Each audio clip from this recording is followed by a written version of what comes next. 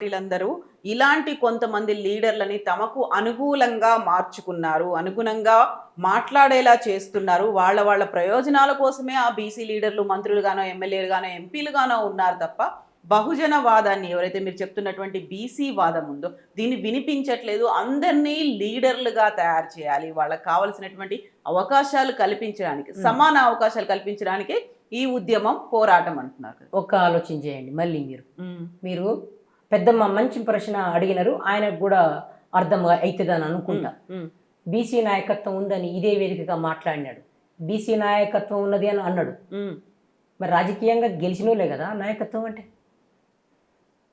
BC ఉద్యమము ఉన్నది, BC నాయకత్వం నేను లేదంటున్నా. బీసీ ఉద్యమం అనేది ఆర్ కృష్ణయ్య గారు, ఆయన ఒక 40-45 సంవత్సరాలుగా ఫస్ట్ విద్య కావాలి, తర్వాత 1 by 1 వస్తుంది అని చెప్పిండు. ఇవాళ చర్చ నడుస్తుంది. కులగణన సమయం వచ్చింది కాబట్టి వస్తూ ఉంది. ఈ కులగణన ఎవరు చేసిర్రు? రాజకీయ పార్టీలు చేస్తాయి, రాజకీయ పార్టీలు చేస్తున్నాయి అంతే. బీజేపీ రాజకీయ పార్టీ, కాంగ్రెస్ రాజకీయ పార్టీ. కేంద్రంలో వాళ్ళు చేయాలి, ఇక్కడ వీళ్ళు చేయాలి. నేను ముందే చెప్పిన, ఓసీలకు రిజర్వేషన్లు ఇచ్చినప్పుడు ఎక్కడ కులగణన జరగకుండా రిజర్వేషన్లు వచ్చినాయి. ఇది లేదా నీకు మాట లేదా? నువ్వు విద్యావంతులు కదా, ఇది అడుగుతలేవు. 2, నువ్వు రాజకీయంగా ఉన్నటువంటి వాళ్ళను పక్కకి నెట్టి నువ్వేం నాయకత్వం చేయగలుగుతావు అంటే నువ్వు ఫెయిల్ అయినట్టే కదా. ఇప్పుడు దీన్ని బట్టి నువ్వు లేనట్టే కదా. నువ్వు అన్న మాటల్లో అర్థం ఉంది. నువ్వు రాజకీయం నాయకులు లేకుండా బీసీ వాదం ఉందంటున్నావు, బీసీ నాయకులు ఉండరంటున్నావు. నాయకత్వం లేదు అని నేను అంటున్నా. ఉంటే రాజకీయ నాయకత్వం ఉంటే దేవేంద్ర గౌడ్ గారు బీసీ పార్టీ పెట్టినాడు. బీసీ అతను బలమైనటువంటి ఓటు బ్యాంకు ఉన్నటువంటి గౌడు సామాజిక వర్గం నుంచి వచ్చినప్పుడు పార్టీ పెట్టినాడు. పార్టీ తీసుకుపోయి చిరంజీవి దాంట్లో మెర్జ్ చేసినాడు. కాసాని జ్ఞానేశ్వరు పార్టీ పెట్టినాడు. ముదిరాజు సామాజిక వర్గము ఆయన పార్టీ పెట్టినాడు. ఆయన పార్టీ తీసుకుపోయి మెర్జ్ చేసినాడు. నారగోని గారు రాజ్యాధికార పార్టీ పెట్టినాడు. ఆయన సైలెంట్గా వ్యక్తిగతంగా నిలబడి పనిచేస్తున్నాడు. ఇట్లా బీసీ పార్టీ ఉన్నవి, విద్యార్థి సేన పార్టీలు ఉన్నవి, చాలా విద్యార్థి రాజకీయ పార్టీలు ఉన్నవి. ఇవన్నీ కాకుండా నువ్వు వ్యక్తిగతంగా నీకున్నటువంటి కొంతమందిని పెట్టి ఇదే రాజకీయ నాయకత్వం బీసీలని చెప్పడం భ్రమ కాదా? నెల క్రితమే వచ్చిందంటుండు కదా, మన ప్రెస్ మీట్ పెట్టుకొని చెప్పిండు ఇక్కడ ప్రెస్ క్లబ్ సోమాజిగూడలో. నేను వచ్చిన తర్వాతనే రాజకీయ ఎజెండా వచ్చింది వాదం అంటుడు. నువ్వు సీఎం రేవంత్ వచ్చిన తర్వాతనే నిన్ను ఆయన పెట్టి పురమాయించిన తర్వాతనే వచ్చిందని నేనంటా ఉన్నా. ఇది నిజమంటున్నా. ఏదో 30 లక్షలు పెట్టి ఆర్ కృష్ణయ్య గారిని, గౌరవ ఆర్ కృష్ణయ్య గారిని తీసుకుపోయి అక్కడ పెట్టి పెద్ద మనిషిని పెట్టుకుని ఆయన ఒక టైంలో ఆయనకు ముఖ్యమంత్రి క్యాండిడేట్, ఆయన ఇక్కడ తెలంగాణకు ముఖ్యమంత్రి క్యాండిడేట్గా చంద్రబాబు ప్రకటించినాడు. అలాంటి వ్యక్తిని పక్కన ఉంచుకొని నేనే ముఖ్యమంత్రిని, నేనే రాజకీయాలు చేస్తానని చెప్పుకున్నావు. అగౌరవపరుస్తున్నావు. పెద్ద మనుషులను పిలిచి అగౌరవపరుస్తున్నావు. ఎవరైతే రాజకీయ నాయకత్వంగా ఎదిగినటువంటి వాళ్ళను అణచివేసే ప్రయత్నంలో ఉన్నావు. ఆయనను గౌరవించి రాజ్యసభ ఇచ్చింది బీజేపీ పార్టీ. నువ్వు ఇండిపెండెంట్గా గెలిచినప్పుడు ఓట్లు పడలే నీకు ఎక్కడ. నువ్వు పార్టీ పెట్టుకున్నావు, పార్టీ తీసుకుపోయి బీజేపీలోకి పోయినావు, మళ్ళీ బీజేపీ నుంచి వచ్చి కాంగ్రెస్లోకి వచ్చినావు. చూడండి, ఒకే సంవత్సరంలో చాలా నడిచినాయి. కేసుల నుంచి బయటికి రావడానికి బీజేపీలోకి పోయినావు. వాళ్ళందరినీ పట్టుకొని బండి సంజయ్, అరవింద్ వీళ్ళందరూ పట్టుకొని తిరిగిండు. కిషన్ రెడ్డి డబ్బు కొట్టినావు, అయిపోయింది. ఎమ్మటే మరి దీంట్లోకి వచ్చినావు. ఎమ్మెల్యే కోసం ట్రై చేసినావు. మేడ్చెల్ల పార్టీ పెట్టుకుంటే నాకు కూడా టికెట్లు ఇస్తారు అనుకున్నావు, వాళ్ళు లెక్క చేయలేదు. తర్వాత పోయినావు, నువ్వు అలా కలిసినావు. నేను కాంగ్రెస్ పార్టీ గెలిచిన అంటున్నావు. ఇది ఎక్కడి న్యాయం అంటున్నా? నేను కాంగ్రెస్ వాదినా? నువ్వు కాంగ్రెస్ వాదివా కావు కదా. నువ్వు స్వతంత్ర అభ్యర్థి కదా, పార్టీ పెట్టినావు కదా. మరి పార్టీ మీదనే ఉండకుండా ఎందుకు కాంగ్రెస్లో పోయినావు? నువ్వు కనుక ఈ సమాజాన్ని చేయాలంటే ఎలక్షన్ ముందు నుంచే కదా. నువ్వు ఎవరెవరికి సపోర్ట్ చేసి వచ్చినావో తెలియదా? ఏ రెడ్లకు సపోర్ట్ చేసి ఓట్లేమని చెప్పినావు. ఎన్నికల ముందేమో ఓట్లే రెడ్లను గెలిపేమని తిరిగినటువంటి నీవు ఎన్నికలు అయిపోయిన తర్వాత, నువ్వు ఎమ్మెల్సీ టికెట్ ఇచ్చి గెలిచిన తర్వాత ఇప్పుడు మళ్ళీ ఎమ్మెల్సీని అడ్డు పెట్టుకొని, అది పల్లా రాజశేఖరరెడ్డి గారికి సంబంధించినటువంటి రిజైన్ చేసిండు ఆయన. దాని మీద ఆ ఖాళీ దాంట్లో నీకు టికెట్ తెచ్చుకొని గెలిచిన తర్వాత బీసీ వాదం అందుకున్నామని నేను అంటున్నా. పట్టభద్రులను కూడా నువ్వు మోసం చేసినావు. సర్వజనుల పట్టభద్రులు నీకు ఓట్లు వేసినారు. వేస్తే ఏమన్నావు? నాకెవరు ఓట్లు వేద్దన్నావు. ఫస్ట్ ఏరాలి కదా అనలేదు. ఆర్ కృష్ణ గారు రిజైన్ చేయగానే నేను ఎందుకు రిజైన్ చేస్తా అన్నావు. ఇదంతా క్రమం. ఎవరికి చెప్పాలి నువ్వు? నేనేమంటున్నంటే, ఎందుకు ఇవన్నీ నీ డెబ్యూట్ చేస్తున్నా, బీసీ వాదులు ముందుకు పోతే వెనక్కి గుంచుతున్నాడు కాదు. నువ్వు నిజమైన బీసీ వాదం అయితే ఆర్ కృష్ణయ్య గారిని, ఇంకా ఉన్నటువంటి బీసీ వాదులు అందరినీ పెట్టుకోవాలి కదా. ఇప్పుడు కవితక్క గారు కూడా బీసీ వాదంతో ఆమె సమావేశాలు పెడతా ఉంది. మరి వరుస కూర్చో. ఇప్పుడు ఆమె అక్కగారు ఎమ్మెల్సీగా ఉన్నారు, పార్టీకి వ్యతిరేకంగా ఉన్నదామె. టీఆర్ఎస్ పార్టీ కేసీఆర్ సంబంధించిన కేటీఆర్ వీళ్ళంతా అసెంబ్లీ బైకాట్ చేసినారు. కానీ కవిత గారు వాదన వినిపించారు, నిలబడి చర్చ చేయమని పట్టుబట్టింది కాంగ్రెస్ పార్టీని. మరి ఇప్పుడు నువ్వు ఆ బీసీ వాదివి, కవిత తేలాలి. ఇప్పుడు న్యాయంగా ధర్మంగా మాట్లాడితే ఓకే, చర్చ ఎందుకు చేయలే నువ్వు? ఎన్ని రోజులలో చర్చ పెట్టమని చెప్పలే? బీసీల జనాభా లెక్కలను డెడికేషన్ కమిషన్ కావాలని కొట్లాడిన తర్వాతనేగా కాంగ్రెస్ చెంప జరిసి రేవంత్ను లంకబిందల సీఎంను కొట్టి చెంపలు జరిసిరు కదా వీళ్ళు.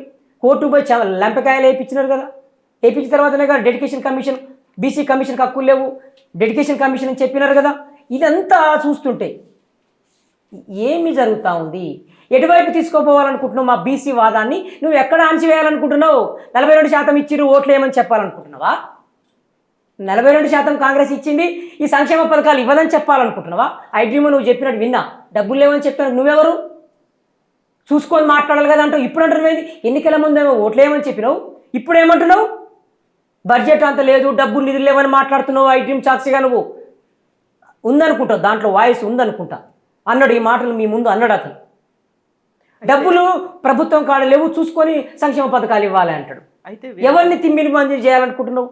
ఇక్కడ మీరు నాయకులు, రాజకీయ పార్టీలు ఇవన్నీ అంటున్నారు, కానీ రావాల్సినటువంటి కదలిక, ఉద్యమం అనేది అక్కడ ఉన్నటువంటి పల్లెల్లో రావాలి. ఎవరైతే సాధారణ పౌరులు ఉన్నారో వాళ్ళలో కదలిక రావాలి, ముందుకు కదిలి రావాలి, వాళ్ళనే నాయకులుగా తయారు చేయాలి. వాళ్ళ వల్లే ఒక ఉద్యమం వస్తుంది, తర్వాత రాష్ట్రంలో అధికారం వస్తుంది, వాళ్ళని అధికారం దిశగా తీసుకెళ్ళాలి అనేది. నాయకులు ఆల్రెడీ నాయకులుగా ఎమర్జ్ అయి ఉన్నారు, ఇక్కడ ఉన్నటువంటి సాధారణ ప్రజలు కదా. స్థానిక సంస్థల్లో జనరల్లో బీసీలు గెలుస్తారు. ఇప్పుడు కొత్త కాదు. ఎన్టీ రామారావు మండల్ కమిషన్, కాకా కాలేకర్ కమిషన్, అనంతాశయం కమిషన్, ఎన్నో కమిషన్ల ద్వారా చైతన్యమైన బీసీలు బలపడుతుంటే, రాజకీయంగా బలపడి నాయకత్వ నిర్మాణానికి బలపడ్డ తర్వాతనే ఇతను వచ్చిందంటారు. నేను ఆల్రెడీ ఎంపీటీసీలు ఉన్నారు, జడ్పీటీసీలు ఉన్నారు, సర్పంచ్లు ఉన్నారు. రెడ్లతో జనరల్లో సర్పంచులు, ఎంపీటీసీ గెలవగలిగే దమ్మున నాయకత్వం బీసీలో ఉన్నది అంటున్నాను నేను. కానీ పర్సంటేజ్ చాలా తక్కువ ఉంది, ఉండాల్సిన దానికంటే. ఎక్కడైతే తక్కువ పర్సంటేజ్ వాళ్ళు ఉన్నారో వాళ్ళే ఎక్కువ మెజారిటీగా ఎమ్మెల్యేలు, ఎంపీలుగా కనిపిస్తున్నారు. ఇక్కడ అధిక శాతంలో ఉన్నటువంటి బీసీలకి చాలా తక్కువ పర్సంటేజ్ కనిపిస్తోంది అని. ఓకే, దీన్ని నువ్వు నాయకులను చేయాలి, ఎమ్మెల్యే చేయాలని నీకు ఉంటే న్యాయంగా ప్రజాసమహితంగా నువ్వు బయటికి వెళ్ళాలి. ఫస్ట్ నేను ఎమ్మెల్యే కావాలని ఉంది. నాలాంటి వాళ్ళు ఎంతోమంది ఉన్నారు. నేను రాజకీయాలకు 92 నుంచి వచ్చిన తర్వాత, ఏఐఎస్ఎఫ్ నుంచి వచ్చిన తర్వాత వచ్చి బీఎస్పీలో జాయిన్ అయినా. కాంశీరామ్ గారు కింద కూర్చొని చెప్పులు కుట్టే వ్యక్తుల నుంచి మొదలుకొని కార్మికులను ఎమ్మెల్యే చేసినటువంటి ఉత్తరప్రదేశ్లో నడిచినది. ఒక పంతులమ్మను ఎమ్మెల్యేలుగా చేసిన చరిత్ర అక్కడ ఉన్నదని నేను పనిచేసినాం. మాలాంటి వాళ్ళు ఎంతోమంది ఉద్యమకారులు ఉన్నారు. మేము బీసీలమే కదా, మేము మనుషుల్లా కావుపడరా వీళ్ళెవరు? నీకు రాజకీయ చైతన్యం ఉన్నోడు ఇతనికి అవసరం లేదు, బానిసలు ఇతనికి అవసరం. అంటే రేవంత్ కూడా బానిసలే అవసరం అంటున్నా నేను. రేవంత్ ఒక బానిసని పెట్టి నడుపుతుంటే బీసీ ఉద్యమాన్ని అంటున్నా. రేవంత్ ఒక బానిసని పెట్టి సంక్షేమ పథకాలను డైవర్ట్ చేయడానికి తెచ్చినాడు. ఇంకోటి చెప్తా ఉన్నా, నువ్వు ఎమ్మెల్యేలు చేయాలంటే రాజకీయ పార్టీ ఉండాలి కదా. బీఫామ్లు ఇచ్చే పార్టీలు వాళ్ళేం చెప్తున్నావు? ఓకే, వీళ్ళందరూ రాజకీయ పార్టీలలో ఉన్నారు, వాళ్ళని మధు యాష్కిన్ గౌడ్ కూడా ఓడగొడతాడు. ఇంకా అందరినీ ఓడగొడటానికే ఉన్నాడు ఈయన. ఇప్పుడు ఏదైతే బీసీలు ఉన్నారో ఆ బీఆర్ఎస్లా ఇక్కడ మాజీ మంత్రి శ్రీనివాస్ గౌడ్ కానీ, ఇటు పోతే మధుసూదనాచారి కానీ, అటు పోతే ఇక్కడ శ్రీనివాస్ యాదవ్ కానీ, ఇక్కడికి వస్తే కాంగ్రెస్లో చాలామంది బీసీలు ఎమ్మెల్యేలుగా అయ్యేటోళ్ళను ఓడగొడటానికి వచ్చినట్టుగా అవపడుతుంది నాకు. ఎవరు ఓడగొడతారు? అంతే కదా. కాదు, ఇప్పుడు ఏమవుతుందమ్మా, నువ్వు వాళ్ళని లేకుండా బీసీ వాదం నేనే అంటున్నావేది, వాళ్ళు బీసీలే. వాళ్ళు చాలా ఉద్యమాలలో సహకరిస్తూ వస్తున్నారు. ఢిల్లీలలో ఎన్నో చెలో ఢిల్లీలు నడిపినారు. ఇది కొత్త కాదు బీసీలకు. బీసీ రాజకీయ చైతన్యమైంది. కాంగ్రెస్ వాదాన్ని 42% ఇస్తానని చెప్పి సంక్షేమ పథకాలను డైవర్ట్ చేయటానికే తీర్మానం వలన ఈయనను సస్పెన్షన్ చేసుకుండా నేను అంటా ఉన్నా. ఈతను నాయకునిగా ప్రమోట్ చేసుకునే పనిలో ఉన్నారు. నువ్వు నాయకత్వ నిర్మాణం అంటే ఎవరికి? నాయకత్వ నిర్మాణం అంటే రాజకీయ పార్టీ ఉండాలి. రాజకీయ పార్టీ పెట్టి నియోజకవర్గాల వారిగా ఎమ్మెల్యే, నువ్వు ఎక్కడ పోయినా మిర్యాలగూడెం పోయినావు, ఎవరిని ఎమ్మెల్యే క్యాండిడేట్గా ప్రకటించి వచ్చినావు? ఎవరిని జడ్పీటీసీగా ఎన్ని జడ్పీటీసీలు ఉన్నాయో అక్కడ ఎవరన్నా ప్రకటించి వచ్చినావా? నువ్వు గీన చేయగలుగుతాడు, ఈ నిమ్మల వీరన్న జడ్పీటీసీగా కావాలి, సామాజిక పరివర్తన ఆలోచన ఉన్నారని ఎవరైనా ఎమ్మెల్యే కావాలని చెప్పినావా నీ నోటితోని? తర్వాత వరంగల్ వచ్చినావు, ఎక్కడ ఎంతమందిని ఎమ్మెల్యే క్యాండిడేట్గా ప్రకటించినావు? ఎక్కడ లేదే ఎంపీలు క్యాండిడేట్లుగా ప్రకటించవా? ఈ మూడేళ్ల ఎట్లా కాలం నాయకులు అవుతారు? కదా. ఎట్లా నాయకులు అవుతారు? మూడేళ్ళు కాదు. ఇప్పుడు నేను ఏమంటే నువ్వు పోయినావు నియోజకవర్గానికి, నువ్వు ఒక్కరివే నాయకుడు అయితే ఇక్కడ నియోజకవర్గాల వారిగా బలహీనపడుతున్నాను నువ్వే అంటున్నావు. నువ్వే ఒక్కరివే పోయి మాట్లాడుకొని వస్తున్నావు. నువ్వు ఒక్కరివే పోయి మాట్లాడితే నాయకులు ఎట్లయితారు? మీ జర్నలిస్టులనే నువ్వు గౌరవించలేదు. ఎంతోమంది జర్నలిస్టులు నీతో మొదటి నుంచి ఉన్నారు. ఎక్కడ అవపడుతున్నారు వాళ్ళు? జర్నలిస్టులను నీతో ఉన్నారు కొంతమంది, నేను చూసినాను. మరి ఏరి వాళ్ళు ఏరి ఎక్కడ పోయినారు? బీసీ వాదంతో నీ పీసీ అధ్యక్షుడు ఎక్కడా లేడు నీ వేదికలలో. ఎట్లా నువ్వు రాజకీయ నాయకులను తయారు చేయగలవు? ఆర్పిషయ్య గారు ఎక్కడా నీ వేదికలో లేడు. ఏదో ఒకసారి ఇట్లా వచ్చినట్టు చూపించి కనుమరుగు చేసి నేనే రాజకీయాలు నడుపుతున్నా అంటావు. ఆయన హాస్టల్ ఉద్యమాలని అవమానపరిచినావు. నువ్వు ఆర్పిషయ్య ఉద్యమాన్ని నువ్వేమన్నావు? ఈ హాస్టల్ ఉద్యమాలు స్కాలర్షిప్ ఫీజు రియంబర్స్మెంట్ ఉద్యమాలు ఇక చాలు, మీరు ఆపండి, ఇక రాజకీయాన్ని నేను చూసుకుంటా అని ప్రకటిస్తున్నావు. ఇది అవమానకరమైనటువంటి, అంటే అంచివేసే ఉద్యమమే కదా. నువ్వు రెడ్లను ఒక పట్టు తిడుతూ రెడ్డి ఎప్పటికీ 5 సంవత్సరాలు ఉంటామని ప్రకటిస్తున్నావు. ఇప్పుడు పీసీ ఎంతోమంది ఉన్నారు బీసీలు ఎమ్మెల్యేలు, వాళ్ళను ముఖ్యమంత్రి చేయి రేపటి నుంచి. నిజమైన ఉద్యమాన్ని నేను నమ్ముతా. నేను అంటున్నా ఇవాళ నువ్వు రాజకీయ పార్టీ లేకుంటే ఎమ్మెల్యేలు చేస్తాను అంటున్నావు కదా. రాజకీయ పార్టీ లేకుంటే ప్రజాస్వామ్యంలో నువ్వు భారత పార్లమెంటరీ వ్యవస్థలో చేస్తూ అంటున్నావు కాబట్టి ఇవాళ రేవంత్ను దించి ఉందా నీకు? నువ్వు నిజమైనటువంటి ఈ 5 సంవత్సరాల తర్వాత మాట్లాడుతున్నావు. ఇప్పుడు సంగతి ఏంటి? అంటే ఈ 4 సంవత్సరాల సంగతి, 3.5 సంవత్సరాల సంగతి ఏంటి అని అడుగుతున్నా నేను. అందరినీ చైతన్యపరచడానికి, ఎందుకు? అందరినీ ఏకం చేయడానికి, అందరినీ ఇంతకుముందు నాయకులుగా తయారు పోయిన చేయడానికి పోయిన ఎలక్షన్లో ఏమైనావు? ఈ ఆలోచన పోయిన ఎలక్షన్లో ఏమైంది? రెడ్లకు ఓట్లు లేనప్పుడు ఎక్కడ పోయింది నీ మాట? రెడ్లకు ఓట్లు వేయమన్నావు కదా, పోయినప్పుడు గెలిపించినావు కదా. నల్గొండ పోయినావు, ఇటు జనగం ఎన్ని తిరిగి వచ్చినావు. కొంత నేనే గెలిపించిన అంటున్నావు కాంగ్రెస్ని. కాంగ్రెస్ నేను గెలిపించిన అన్నవా? ఇప్పుడు సీఎం రేవంత్ రెడ్డి ఆ పీఠం మీద కూర్చోడానికి కూడా కారణం నేనే అనే మాట చెప్పారు కదా. మరి నువ్వే దించు, పోనీ నువ్వే ఇచ్చినావు కదా. ఆ దించే ప్రయత్నం కాదా ఇప్పుడు ఇది ఎట్లా? జరుగుతుంది? ఎక్కడిది? అందరినీ ఏకం 5 సంవత్సరాల దాకా ఈయన ఉంటాడట. నువ్వెవరు చెప్తానికి? నీకు ఆయనకి ఏంది రహస్య ఒప్పందం? కాంగ్రెస్ పార్టీలో ఒక టైంలో 3 ముఖ్యమంత్రులు మారిన చరిత్ర కాంగ్రెస్ పార్టీది. డెంటల్ ప్రొవిజన్ మూవ్మెంట్ నడిచినప్పుడు ఓయూలో పెద్ద ఉద్యమాలు నడిచినాయి. ఇవాళ నువ్వెవరు అంటున్నా? బండి సంజయ్ ఏమంటాడని చెప్పినా, రేవంత్ను ముఖ్యమంత్రి నుంచి దించడానికి రేవంత్ను కాపాడుకోవాలని చెప్పి రేవంత్ సపోర్ట్ చేస్తాడు బండి సంజయ్ గారు. నువ్వు కాంగ్రెస్ పార్టీలో ఉండి రెడ్డి ఈయనే ముఖ్యమంత్రి 5 సంవత్సరాలు ఉంటాడు నువ్వు ప్రకటిస్తావు. ఇదే బీసీ ఉద్యమం. ఇప్పుడు ఈ లాజిక్, ఈ వాదన కేవలం నిమ్మల వీరన్న మాత్రమే చేస్తున్నాడా? తనతో పాటుగా ఉన్నటువంటి 135 బీసీ కుల సంఘాలు కూడా ఇదే వాదిస్తున్నారు. ఎవరు లేరు సంఘాలు ఆయన బట్టి ఎక్కడ లేరు. 135 కుల సంఘాలు లేవు. సంఘాలు ఎక్కడ లేవు. సీనియర్ సంఘాలు ఎక్కడా లేవు. ఫోటోల సంఘాలే, ప్రెస్ సంఘాలే. నీ టీవీ నీ న్యూస్ ఉంది కదా, నీది ఏదైతే క్యూ న్యూస్ ఉందో, నువ్వు అసలు బీసీ వాదనకి ఎప్పుడు వచ్చినావు? ఒకసారి నువ్వే రెక్టిఫై చేసుకో, నువ్వే పునర్సమీక్షించుకో, నీ ఆత్మ విమర్శ చేసుకో ఫస్ట్. నేను ఎప్పటి నుంచి వచ్చినా ఇది నిజం కదా నీకే అర్థమైద్దని నీ వేదికగా చెప్తా ఉన్నా. నీ కాంగ్రెస్లో ఉన్నటువంటి బీసీ మంత్రులను, ఎమ్మెల్యేలను వాళ్ళను ముందు పెట్టు. బీసీ మంత్రులు ఉన్నారు కదా నీ నీ నీ నీ నీ దాంట్లో, ఫస్ట్ వాళ్ళను గౌరవించంటున్నా. పొన్నం ప్రభాకర్ రెడ్డి నీ మీటింగ్లలో ఎట్లా బీసీ నాయకత్వం అవుతుంది అంటున్నా నేను. ఇంకొక మహిళ ఉంది, నువ్వు మహిళను కూడా గౌరవిస్తలేవు కదా. మహిళా మంత్రి ఉన్నది కదా, ఆమెను కూడా గౌరవిస్తలేవు. ఆమె నీ సామాజిక వర్గం మహిళ మంత్రి. 2 మంత్రులను నీ వేదిక మీద లేకుండా నువ్వు కాంగ్రెస్ పార్టీలో ఉండి ఇది ఎక్కడి మోసమాయ మాట, ఎవరిని మోసం చేయాలనుకుంటున్నామని నేను ఈ సందర్భంగా చెప్తున్నా. నీ ఎంతోమంది ఎమ్మెల్సీలు ఉన్నారు కదా, నీ వాళ్ళు ఉన్నారు, కార్పొరేట్ చైర్మన్లు ఉన్నారు కదా, ఎన్ని పిచ్చిలో పోని రేవంత్ రెడ్డితో నువ్వు ఆడ ఉండి సాటుగా నువ్వు కలిసి సవాల్ చేసినావు. నీ ద్వారా ఇవాళ సవాల్ చేస్తున్నావు. కార్పొరేషన్ చైర్మన్లు ఎంతమందికి పదవులు ఇప్పించినావు నువ్వు? ఎంతమంది బీసీలకు ఇప్పించినావు? ఎంతమంది బీసీ కుల సంఘాల నాయకులకు ఇప్పించినావు? ఎక్కడిది నీ చరిత్ర? ఎక్కడ బీసీ నాయకులను తయారు చేస్తున్నావు? కాంట్రాక్టు పదవులలో ఎక్కడ ఎవరికి ఎన్ని ఇప్పించినావు? ఎన్ని ఇవ్వాలని కొట్లాడినావు? ఇది ఎక్కడిది? అంటే నువ్వు రెడ్ల నా కొడుకులారాని తిట్టి రెడ్లను చైతన్యం చేసే పనిలో ఉన్నావు అనేది నాకు స్పష్టంగా అర్థమవుతుంది ఈ వేదిక ద్వారా.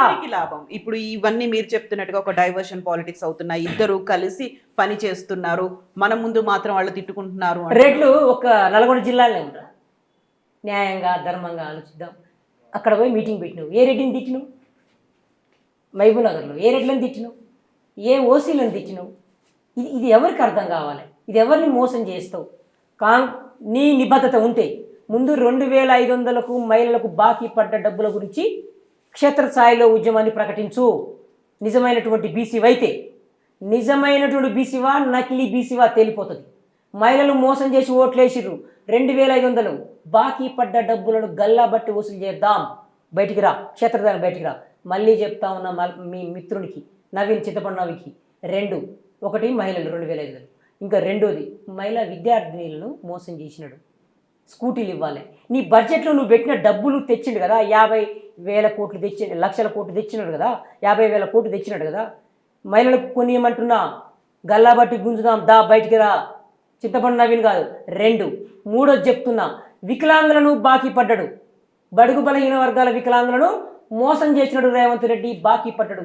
బాకీ పడ్డ 14 నెలల డబ్బులను ఎందుకు బాకీ పడ్డాడు అంటున్నా, ఎలక్షన్ అయిపోగానే గెలవంగానే నేను ఇస్తా అని చెప్పి ప్రకటించినాడు ఎన్నికల వాగ్దానాలు. ఈ బాకీ పడ్డ డబ్బులను గల్లబట్టి గుంజుదాం బయటికి రా అంటున్నా. బయటికి రమ్మంటే నువ్వు ఎమ్మెల్సీ ఉండు, నేను రిజైన్ చేయమని చెప్తలేను. నువ్వు నిబద్ధతగా ఉండు. మాకుంది, మేము మనుషులుగా మాట్లాడదాం. ఫస్ట్ మనం మనుషులము, నిజాయితీతో మాట్లాడు. మదర్ తెరిసా మానవత్వ ఆలోచన విధానాలు నేర్చుకోమని చెప్తా ఉన్నా. మదర్ తెరిసా సేవ చేసింది, ఎక్కడ ఆమె అంటిముట్టినట్టు లేదు. నువ్వు అంటిముట్టినట్టు బీసీ వాదాన్ని అణచివేయట అవపడుతున్నావు. నాకు నేనేమంటున్నా, నీకు వికలాంగులను మోసం చేసిన బాకీ పట్ట 14 నెలల డబ్బుల కోసం కార్యాచరణ ప్రకటించమంటున్నా. వాళ్ళకి ఆ డబ్బులు ఏమంటున్నాయి, నువ్వెవరు చెప్తానికి?